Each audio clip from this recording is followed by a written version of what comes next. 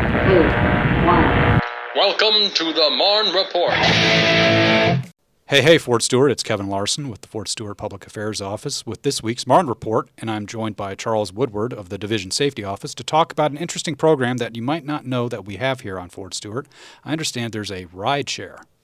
Yeah, Kevin, there sure is. And right now there's space available in these ride shares, and there's plenty more available for the number of people that would be benefit to use. It's done through Commuter Enterprise, where they provide a normal rental SUV or van to commuters, and it's done through a federal transit program where costs can be reduced down to zero for the commuters. Nice. So how many people can we get into one ride share? I mean, each van seats about how many people, or are there ways to expand and flex if there's more need in a specific area? Yeah, currently we're using 8-passenger like minivans or a large SUV. We've used those as well. So typically they're set up to take 4 or 5 individuals, very comfortably. But they do have programs for as many, groups as from 5 to 15, from what I understand.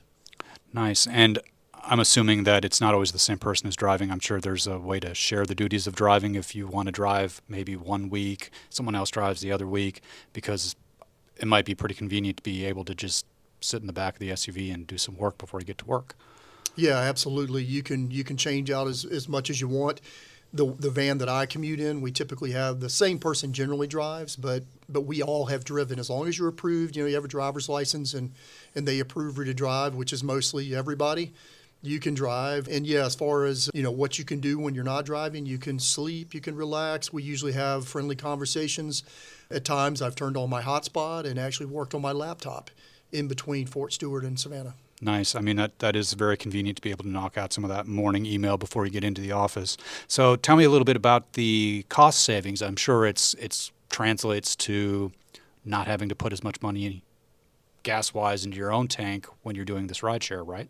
Yeah, absolutely. You think about me, I drive from south side of Savannah, so it's about a 50-mile commute each way, so about 100 miles a day that I'm not putting on my own personal vehicle. Right. I'm not paying for the gas. I'm not paying for the wear and tear. Right. And I've heard some of our commuters say that they've talked with their insurance company and actually seen some reduction on their insurance because of the miles on their vehicle. Fascinating. Not to mention, your carbon footprint, if you're worried about those things, and just traffic off the road, less people coming through the gate. Right. So it just reduces traffic overall, and it's generally a safer commute. Wow, that is a lot of benefit to getting 5 people or more into a rideshare program.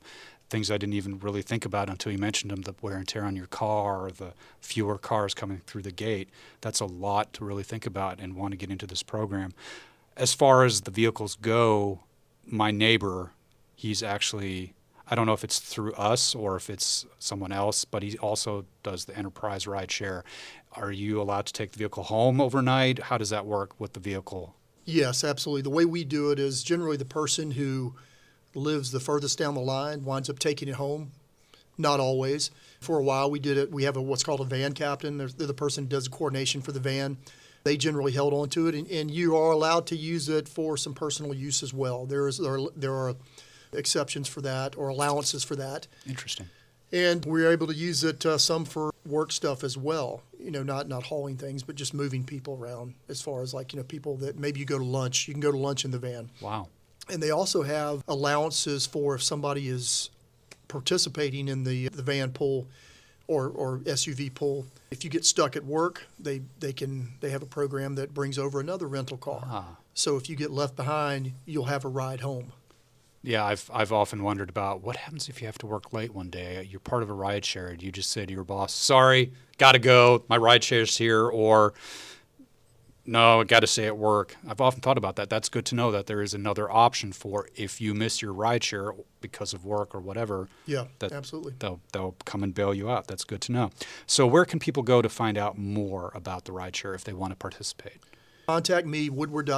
I'm sorry, let me give you my official one, charles.e.woodward8.civ@army.mil, and I can give you some information on who to contact. It's very easy. There's a couple of documents you fill out to participate, and that's about it. You join in, and your pickup time and drop-off times, or in case anybody wants to know, at least for my van, is we get you to Fort Stewart at 7:30 in the morning.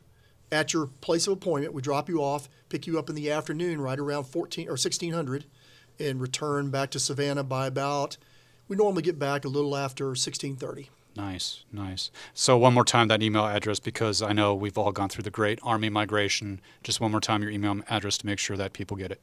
Yeah. I almost gave you my military one as well, but I don't use that one anymore. It's charles.e, as in echo, .woodward, number 8, .civ, C-I-V, at army.mil. Right. It's going to be a talking point for future generations. Where Yeah. were you during the great Army email migration? It's been painful for all of us.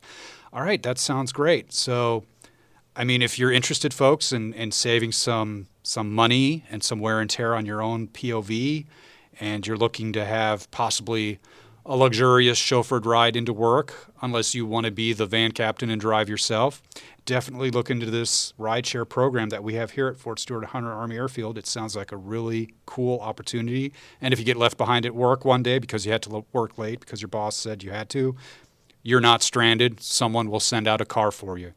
Well, thanks a lot for joining. Oh, one more point. Go ahead, sir. Yeah, Kevin, it's in the Marne message, and it's also in the front line. Perfect. The information on how to contact me. Perfect. So obviously public affairs, we're doing a good job of getting out the word on this rideshare. We just need you guys to sign up and save some money at the pump and save some wear and tear on your car, and reduce your carbon footprint too, because that is something that is worth thinking about. So yeah, thanks very much for joining me today on this edition of the Marne Report. This is Kevin Larson signing off. In the coming months, you might hear a lot of noise coming from Fort Stewart as our brigades go into ranges for gunnery. Cold weather and overcast skies can tend to amplify the noise. Don't worry, that's just the sounds of freedom. If you have any concerns about noise, please feel free to call 210-9375.